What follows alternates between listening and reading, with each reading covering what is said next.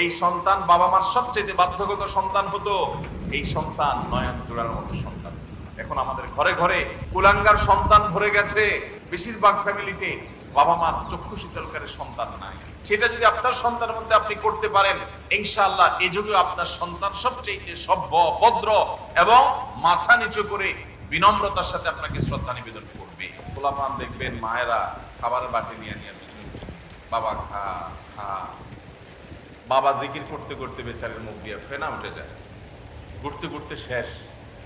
ছেলে খাবে না, উল্টা ঝাড়ি মারে। ভাবখানা এমন, খাইলে মায়ের স্বাস্থ্য ভালো হবে। আসলে কি তাই?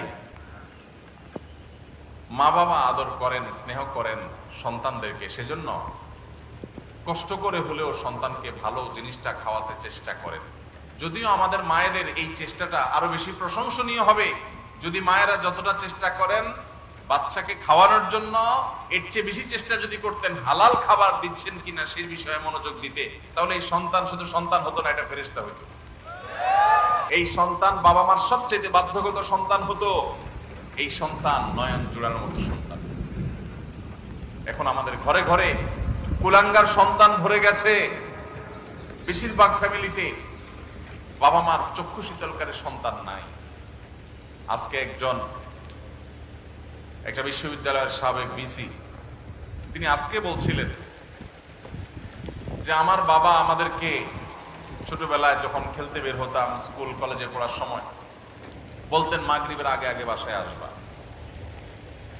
এবং আমরাও সেটা আমল করতাম।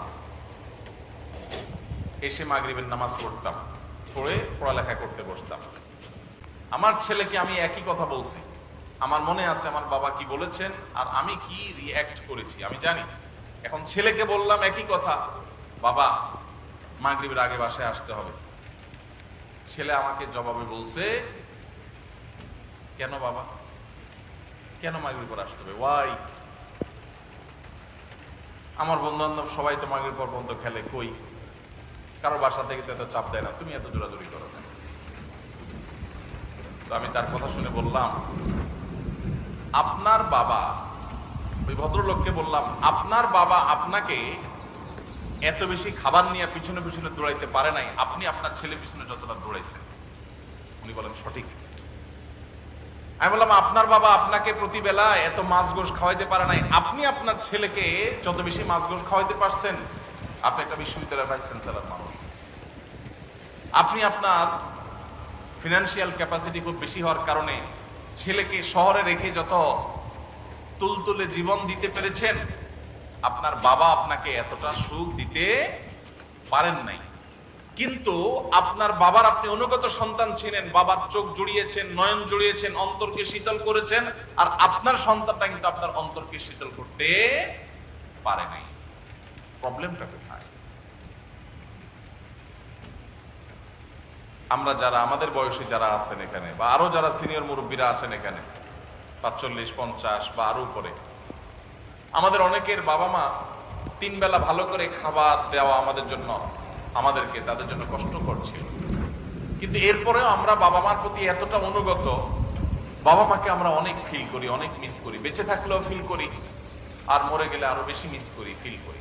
কিন্তু এখনকার যে আমাদের সন্তানরা, এই সন্তানরা আমাদের বাবা মা আমাদের জন্য যতটা করতে পেরেছেন, এদের জন্য আমরা 3 গুণ করার পরও তারা আমাদের বাবা মার প্রতি আমরা যতটা অনুগত, আজকালের সন্তানরা আমাদের প্রতি ততটা অনুগত না।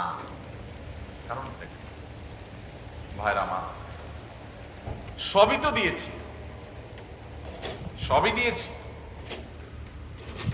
আমার বাবা মা যা দিতে পেরেছে আমি তার চেয়ে বেশি দিয়েছি।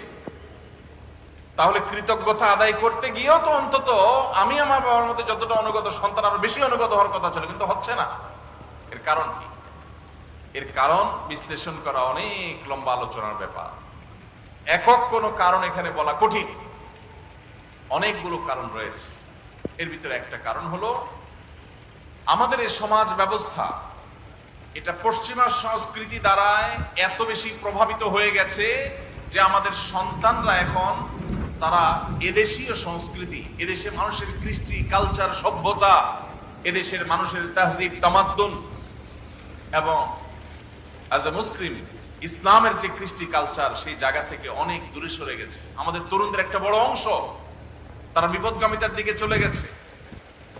এর কারণ যেমন পশ্চিমা সংস্কৃতির আগ্রাসন আছে, নাটক সিনেমার নামে, বিনোদনের নামে যেগুলো দেখছেন সারাক্ষণ আপনার ভেতরের জগৎকে পরিবর্তন করে দিচ্ছে, সেগুলো আপনার ঈমান, আমল, চিন্তাধারা সবকিছুকে প্রভাবিত করে নিজের অজান্তে চেঞ্জ করে দিচ্ছে।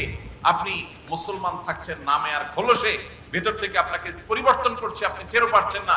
আপনার সন্তানকে আপনি শিক্ষা দিচ্ছেন, স্কুল, কলেজে, ইউনিভার্সিটিতে শিক্ষা নিতে গেছে যে সন্তান, সেখান থেকে শিক্ষার উপরে ভর করে পশ্চিমা যে সংস্কৃতি আসছে সেটাও সে ধারণ করেছে, শিক্ষিত হচ্ছে, পাশাপাশি সে পশ্চিমা ধ্যান ধারণায় বিশ্বাসী হচ্ছে। এর ফলশ্রুতিতে ইসলামের যে ট্র্যাক, ইসলামের যে সুমহান শিক্ষা, সেই শিক্ষা থেকে বঞ্চিত হয়ে ধ্বংস হয়ে যাচ্ছে। এর অনেক কারণের ভিতরে একটা কারণ হলো সন্তানকে আপনি সেইভাবে হালাল খাবার খাওয়াতে পারতেছেন না আপনার বাবা মা যেটা আপনাকে খাওয়াতে পেরেছে।